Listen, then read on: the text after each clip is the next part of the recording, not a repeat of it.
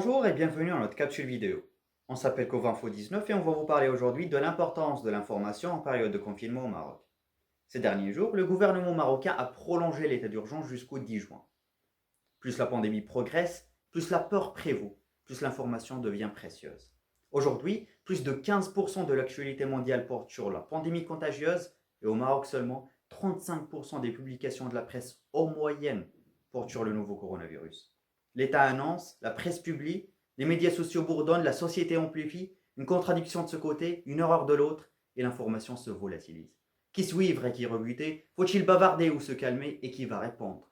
Les décisions, les instructions et l'évolution influencent toutes l'attitude du peuple. L'information devient exorbitante, mais est-elle devenue la devanture irritante de la pandémie? Dès le 20 mars, le Maroc a pris beaucoup de décisions majeures. Citant à titre d'exemple la fermeture des écoles, l'arrêt des liaisons aériennes et maritimes, sans parler des efforts colossaux du personnel de santé, des masques, des tests. En ce qui concerne le domaine de l'éducation, le ministre de l'Éducation, M. Saïd Amzazi, a annoncé depuis le 16 mars le commencement des cours à distance sur différentes plateformes de communication, telles Telmitis, WhatsApp, Facebook, Zoom, etc., ainsi que la diffusion des cours dans des chaînes nationales, Taqafiya, Nu'ayun, Amazighiya. L'économie du royaume a été également affectée. Des milliards de dirhams ont été consacrés afin de faire face à la pandémie. Plusieurs usines ont fermé leurs portes. Des milliers de personnes ont perdu leur travail. Et c'est pour cette raison, le Maroc travaille sur des stratégies et applique des programmes pour aider les gens ayant une mauvaise situation financière. Confinés et surinformés, c'est là où se manifeste le rôle de la média et la presse. Une grande partie du public marocain restant chez lui au milieu de la pandémie de Covid-19 pour aider à enrayer la propagation du virus. Les gens n'ont guère d'autre choix que de s'appuyer encore sur les médias et les technologies médiatiques pour se tenir au courant et rester connectés.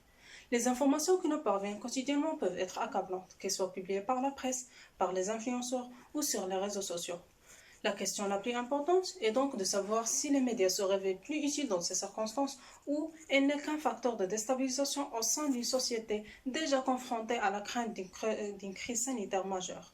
Car fake news existe depuis des siècles jusqu'à ce qu'elle devienne un phénomène mondial, ce qui a provoqué une méfiance et une confusion massive. C'est pourquoi un grand nombre de personnes ne croient pas ce qu'elles voient dans les médias, que ce soit vrai ou faux. Les rumeurs ont aussi contribué à remettre en cause la crédibilité des médias et la véracité de ces données. Les politiciens savent bien combien mortelle une rumeur est, car même si celle-ci ne fut pas crue par le peuple, elle secourra toujours son confiance envers son État. Des fois par le biais de gonflage de certains événements, des fois par le biais d'intimidation d'autres. Le Maroc, malheureusement, ne fait pas l'exception.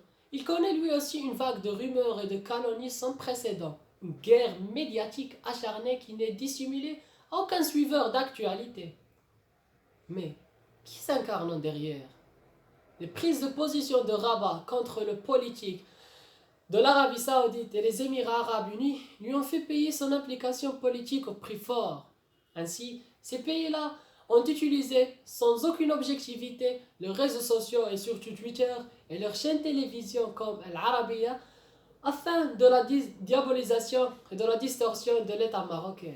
En cette période de crise sanitaire, l'information devient une arme à double tranchant. Il joue le rôle de communication, d'instruction et de sensibilisation, comme il peut jouer le rôle de dispersion et de platitude. Une rumeur, même s'il ne fut pas cru par le peuple, secourra toujours la confiance envers l'État. Il résulte un doute, des pensées de trahison et un sens d'incertitude. Le seul moyen susceptible de l'affronter est d'inculquer un esprit critique de soupçon et de calomnie chez le peuple. Il s'agit de développer des compétences de recherche, d'interprétation et d'évaluation, mais aussi de permettre une compréhension des phénomènes informationnels. Si l'information est devenue la devanture exorbitante de la pandémie, le problème est plus colossal. L'interaction avec l'information n'a qu'à proclamer la vérité du peuple. Quelle vérité? Celle que vous en croyez. Merci.